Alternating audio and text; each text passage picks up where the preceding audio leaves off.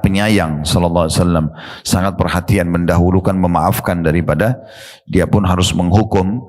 Maka Nabi SAW mengatakan, kalau gitu aku bersabar. Dan aku berharap nanti dari keturunan mereka, maksudnya Mekah sama Taif ini, keluar orang-orang yang beriman kepada Allah. Dan ternyata doa Nabi diijabah oleh Allah. Keluarlah dari Abu Jahal yang dikenal dengan Fir'aunnya umat ini, Ikrimah, namanya Ikrimah.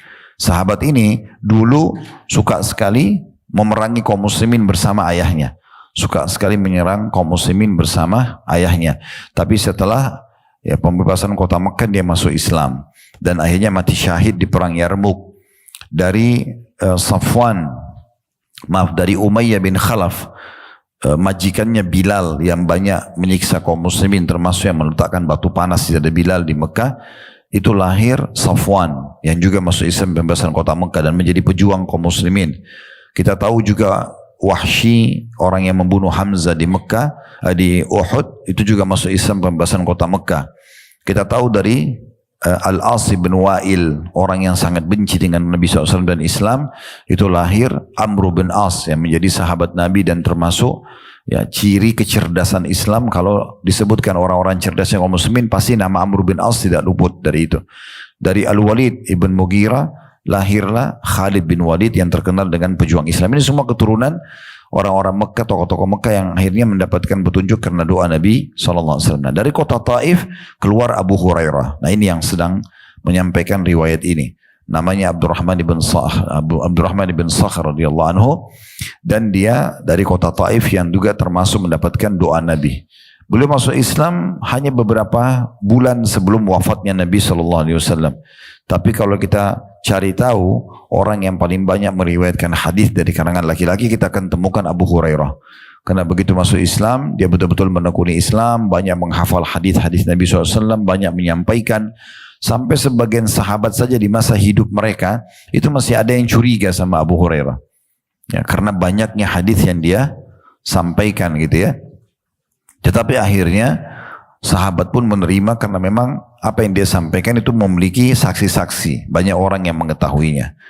Nah, Abu Hurairah ini cukup banyak meriwayatkan hadis. Tadi itu sedikit kronologis tentang beliau. Di antaranya adalah riwayat tentang cara sujud, ya. Sujud tilawah yang dibaca pada saat terlintas ayat atau surah dari ayat-ayat Al-Quran yang ada kata-kata sujudnya. Ini faedah kedua dari hadis. Faedah pertama kedudukan Abu Rafi', faedah kedua kedudukan Abu Hurairah, dan sudah kita sebutkan kisahnya. Pelajaran yang ketiga yang bisa diambil, bahwasanya salah satu yang dicontohkan oleh Nabi SAW, dan itu disampaikan Abu Hurairah dalam sholat Isya, baca surah Al-Insyiqaq. Jadi kalau bisa jadikan ini sebagai salah satu program kita menghafal surah Al-Insyiqaq, karena ini hanya 25 ayat, ya, dan pendek-pendek. Ya, coba tadi kalau masih terbuka aplikasi surah Al-Insyiqaq, coba lihat ayatnya pendek-pendek, ya. Itu mudah sekali, ya. Dan salah satu kebijaksanaan seorang muslim adalah Bapak Ibu usahakan menjadikan target minimal seminggu sekali, kalau tidak sebulan sekali, hafalan Qur'annya bertambah. Walaupun hanya 2 ayat, 1 surah, kalau surah-surah pendek, minimal itu ya. Jadi selalu ada tambah, ya. Sehingga kita tidak tahu keberkahan bagaimana Allah membuat kita menghafal Al-Quran, tapi usahakan ada tambahan. Kita menambah. Jadi tidak puas dengan surah-surah yang kita sudah hafal saja, ya.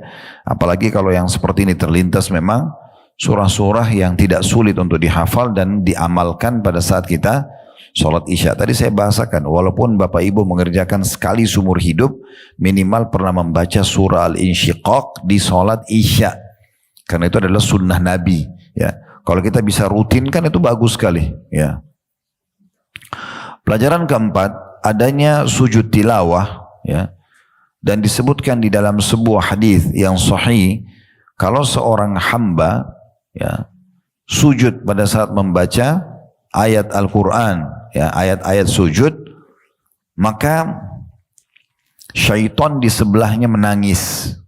Syaitan di sebelahnya menangis seraya mengatakan, anak Adam ini disuruh sujud maka dia sujud, ya, sementara saya disuruh sujud tapi saya tidak mau sujud. Dalam riwayat lain, baginya surga dan bagiku neraka, ya. Maka sujud ini adalah satu perbuatan yang sangat mulia tentunya. Makanya kata Nabi SAW, pada saat justru kita letakkan dahi kita di tanah, ya begitu merendahnya kita, justru pada saat itu kita paling dekat dengan Allah. Kata Nabi SAW, akrabu abdun ila rabbihi wa huwa sajid. Paling dekatnya seorang hamba dengan Tuhannya pada saat dia sedang sujud. Ya, jadi sujud ini memang kegiatan yang luar biasa. Makanya kata Umar radhiyallahu anhu dalam sebuah statement beliau mengatakan, kalau bukan karena 3 hal aku tidak berharap hidup sesaat pun. Lalu beliau sebutkan, yang pertama jihad di jalan Allah, yang kedua meletakkan dahiku sujud di tanah untuk Tuhanku atau penciptaku. Baru yang ketiga, duduk bersama dengan satu kaum, komunitas orang yang menyortir tutur kata yang baik, ya, sebagaimana disortirnya kurma yang berkualitas tentunya. Jadi ini statement Umar yang poin nomor 2-nya tadi adalah meletakkan dahiku sujud kepada Sang Pencipta Allah. Nah ini memang satu kegiatan yang luar biasa. Nanti di hari kiamat Allah Subhanahu wa taala menyuruh kita semua di mahsyar untuk sujud. Dan yang bisa sujud hanya orang-orang yang sudah biasa sujud di dunia. Yang tidak pernah sujud maka tidak bisa menundukkan kepala mereka. Ya, maka Allah mengatakan dalam Al-Quran, mereka dulu di dunia disuruh sujud tapi mereka tidak mau. Ya, mereka tidak mau. Makanya salah satu poin yang harus dijaga dalam sholat adalah sujud yang lama, ya, tenang, penuh tumaknina. Karena itu justru gerakan yang paling dekatnya kita kepada Allah Subhanahu wa ta'ala. Pelajaran terakhir yang bisa diambil dari hadis ini adalah bagaimana pentingnya seorang muslim konsisten menjaga sunnah-sunnah Nabi. Makanya Abu Hurairah mengatakan, saya akan terus amalkan sampai saya wafat. Ya, ini perkataan ini bukan hanya sekedar diucapkan begitu saja. Artinya beliau ingin menyampaikan pesan, kalau setiap kali sampai kepadaku dan kepada kalian pesan dari Nabi atau satu perbuatan Nabi SAW dalam ibadah, maka konsisten dijaga. Sibuk dengan mengerjakan ibadah-ibadah tersebut. Karena orang kalau meninggal di atas sunnah, maka kebahagiaan sudah ada di tangannya. Makanya kata Imam Ahmad rahimahullah, kalau engkau meninggal di atas sunnah maka meninggallah. Artinya tidak ada perlu dikhawatirkan. Ya, karena memang sudah coba mencontohi Nabi Muhammad SAW, maka sebagaimana beliau selamat, kita juga pasti akan selamat. Nah itu yang dimaksud dengan statement Abu Hurairah, fala azalu asjudu biha hatta alqah. Maka aku akan terus saja mengamalkannya, sujud itu sampai aku bertemu dengan Allah atau meninggal dunia. Jadi itu tentang surah Al-Insyiqaq, surah nomor 84 dalam Al-Quran, dan terdiri dari 25 ayat. Selanjutnya Rasulullah SAW juga membaca surah At-Tin ketika sholat Isya dalam safar beliau. Dari Al-Bara' ibn Azib radhiyallahu anhu, anna Nabi sallallahu alaihi wasallam kana fi safar, faqara fil Isya fi ihda ar-rak'ataini bi wat-tini waz-zaitun. Suatu ketika Nabi SAW berada dalam safar atau perjalanan jauh, kemudian pada saat sholat Isya beliau membaca surah At-Tin dalam salah satu rakaatnya. Tentu kedua riwayat ini ada footnote di bawah, ya, diriwayatkan dua-duanya oleh Bukhari dan juga Muslim. Dalam redaksi Al-Bukhari disebutkan bab tanda kutip bacaan dalam sholat Isya. Sementara Al-Bara' ibn Azib radhiyallahu anhu berkata, Sami'tu Nabiya sallallahu alaihi wasallam yaqra' wat-tini waz-zaitun fil Isya. Wa ma sami'tu ahadan ahsana sautan minhu au qira'ah. Aku mendengarkan Nabi SAW membaca surah At-Tin ketika sholat Isya. Dan sungguh aku tidak pernah mendengar seorang pun yang suara atau bacaannya lebih bagus daripada bacaan beliau. Ibnu Hajar berkata, kita baca dulu paragraf terakhir di masalah At-Tin ini, baru kita coba ambil korek faedah dari hadis. Ibnu Hajar ini nama seorang ulama rahimahullah menyebutkan dalam Fathul Bari. Fathul Bari ini pernah kita sampaikan, ya, dia adalah kitab yang menulis tentang syarah Sahih Bukhari. Ya, jadi Imam Bukhari punya buku dikenal dengan Sahih Bukhari. Nah biasanya ulama-ulama itu kalau sudah nulis buku akan datang generasi selanjutnya, ulama-ulama lain yang coba mentalik, menambahkan informasi. mensyarah, menjelaskan lagi lebih jauh. Nah, Sahih Bukhari pernah ditelusuri lagi oleh Ibnu Hajar dan keluar buku namanya Fathul Bari menjelaskan syarah Sahih Bukhari. Ya gitu ya. Itu Fathul Bari yang dimiringkan di buku kita itu adalah syarah Sahih Bukhari ditulis oleh Ibnu Hajar. Nabi SAW membaca surah-surah pendek ketika sholat Isya karena beliau tengah menjadi musafir. Safar itu sendiri menuntut adanya keringanan. Sementara hadis Abu Hurairah radhiyallahu anhu tadi tentang masalah surah Al-Insyiqaq difahami bahwa Nabi SAW tidak sedang menjadi musafir. Karena itu beliau membaca surah yang agak panjang. Baik, kita coba ambil dulu pelajaran dari riwayat Al-Bara' ibn Azib radhiyallahu anhu di halaman 94 dan nyambung ke halaman 95. Yang pertama kedudukan Al-Bara' ibn Azib radhiyallahu anhu di mana beliau menyampaikan kepada kita riwayat ini, ya. Kemudian selanjutnya adanya informasi bahwasanya Nabi SAW kalau sholat Isya dan beliau musafir membaca di salah satu rakaatnya wattini wazzaitun. Maknanya bisa kena orang musafir biasanya qasar, ya, dipangkas ya, Isya 4 jadi 2. Maka di salah satu rakaat pertama atau rakaat keduanya beliau membaca wattini wazzaitun. Berarti di sini ada pilihan. Boleh di rakaat pertama Isya, boleh di rakaat kedua Isya. Yang tidak dibaca surah wattini wazzaitun boleh baca surah yang lain. Tentu sekali lagi ini sunnah ya. Artinya kalau kita lagi safar dan tidak baca wattini wazzaitun pun tidak masalah, tetap sah sholatnya.